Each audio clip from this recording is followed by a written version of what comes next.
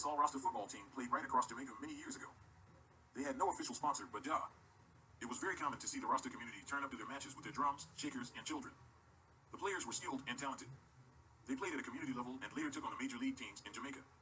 According to various statements from those who played on the team, they won 100 out of 103 matches. House of Dread FC is a non-profit organization whose mission is to intentionally use the sport of football to create environments that offer psychosocial benefits to children and adults. Founded in Trinidad and Tobago in 1974, House of Dread FC was formed by players who were members of the Rastafarian community. The formation of the club was in fact inspired by another Rastafarian team of the same name, House of Dread, originating out of Jamaica. Affectionately called the House by its loyal supporters, the team was known for playing an attractive brand of attacking football and wild fans wherever they played. Over the years, the team has also featured several members of the Trinidad and Tobago national team, as well as many players who would go on to earn athletic scholarships in the United States. Some of the club's former players, who are now either soccer coaches, working-class citizens, and business owners, came together to rebuild the team in the United States. This is their way of paying homage to the elders that mentored and paved the way for them.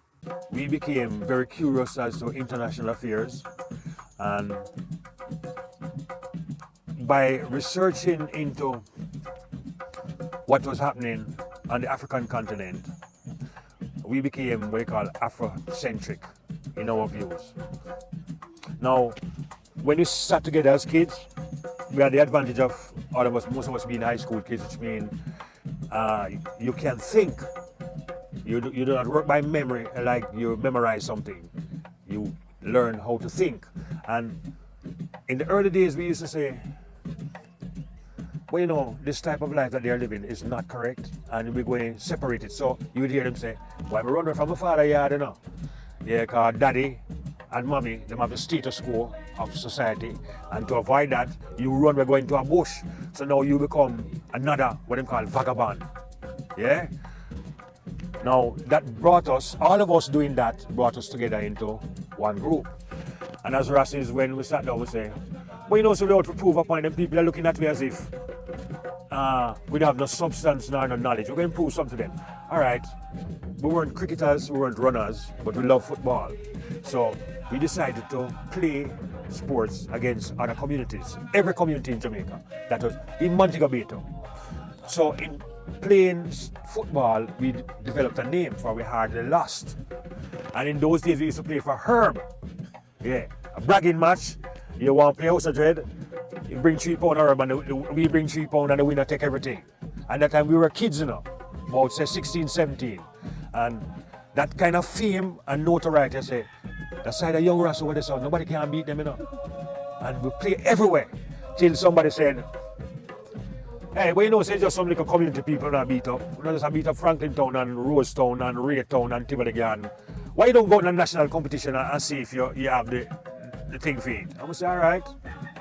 And we entered the major league. And we did very, very, very well. We, House of Dread, filled the national stadium on several occasions. I mean, 30,000. And it's Rastafari with them drums and them children and everybody one time. And the newspaper, they used to highlight us more with a kind of mysterious thing.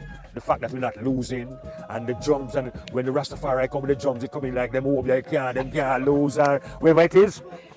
It was like that. Yeah. Then for accurate record, we lost 3 out of 103 matches.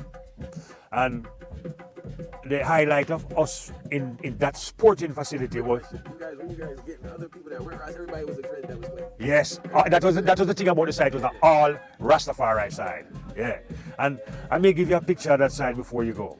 Yeah, or send it to you.